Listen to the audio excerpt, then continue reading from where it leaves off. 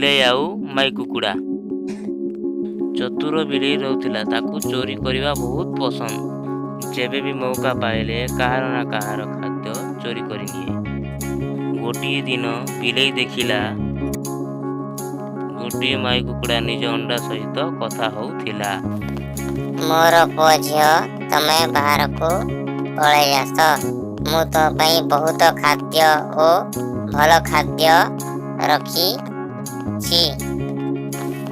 ତମେ ଆସ। ବିଲେଇ ସବୁ କଥା ଶୁଣିଦେଲା। ହଉ, ଏଇ କୁକୁଡ଼ା ତ ବହୁତ ଭଲ, ବଡ଼ ବି ଅଛେ, ନିଜ ଛୁଆମାନଙ୍କ ପାଇଁ ବି ଖାଦ୍ୟ ରଖୁଛି। ହଉ, ଯଦି ମୁଁ ୟାର ରଖିଥିବା ଖାଦ୍ୟ ଖାଇନେବି ତାହେଲେ ୟାକୁ କିଛି ବି ଫରକ ପଡ଼ିବ ନାହିଁ। ବିଲେଇ ସାରା ଦିନ କୁକୁଡ଼ାକୁ ନଜର ରଖିଲା ଓ ସବୁ ଖାଦ୍ୟ ଖାଇବାକୁ ସେଠି ପହଞ୍ଚିଲା। କୁକୁଡ଼ା ବହୁତ ଚାଲାକ ଥିଲା। ନିଜ ଖାଦ୍ୟ ରଖିଥିବା ଚୋପାକୁ ଗୋଲାପ କଣ୍ଟାରେ ଢାଙ୍କି ରଖିଥିଲା। ଯେମିତି ତା ଖାଦ୍ୟକୁ ଯେ ଚୋରି କରିବ ତା ଗୋଡ଼ରେ କଣ୍ଟା ଲାଗିଯିବ। ଆଉ ଏମିତି ହିଁ ହେଲା। ବିଲେଇ ପହଞ୍ଚିଲା ତା ଗୋଡ଼ରେ କଣ୍ଟା ଲାଗିଗଲା।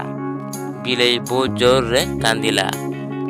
ବଞ୍ଚାଅ, ମୋତେ କି ସାହାଯ୍ୟ କର, ମୋ ଗୋଡ଼ରେ ଏତେ କଣ୍ଟା ଲାଗିଯାଇଛି। ହେ ଭଗବାନ, କିଏ ଅଛ? କିଛି ସମୟ ପରେ କୁକୁଡ଼ା ଆସିଲା ଓ ବହୁତ ଜୋରରେ ହସିଲା। ଭଲ ହେଲା, ତମେ କରିଥିବା କାମର ଫଳ ତମକୁ ମିଳିଗଲା। ଆଜିଠାରୁ କେବେ ଖାଦ୍ୟ ଚୋରି କରିବ ନାହିଁ। ହଁ, ଆଉ ଚୋରି କରିବି ନାହିଁ। ମୋତେ ଗାଲି କରିବା ଛାଡ଼, ମୋ ଗୋଡ଼ରୁ କଣ୍ଟା ନିକାଲ, ମୁଁ ଚାଲି ପାରୁନାହିଁ। କୁକୁଡ଼ା ତା ଗୋଡ଼ରୁ ସବୁ କଣ୍ଟା କାଢ଼ିଦେଲା ଆଉ କହିଲା, ଶୁଣ ବିଲେଇ, ନିଜେ କାମ କର ଓ ଖାଅ, କେବେ ପସ୍ତାଇବ ନାହିଁ।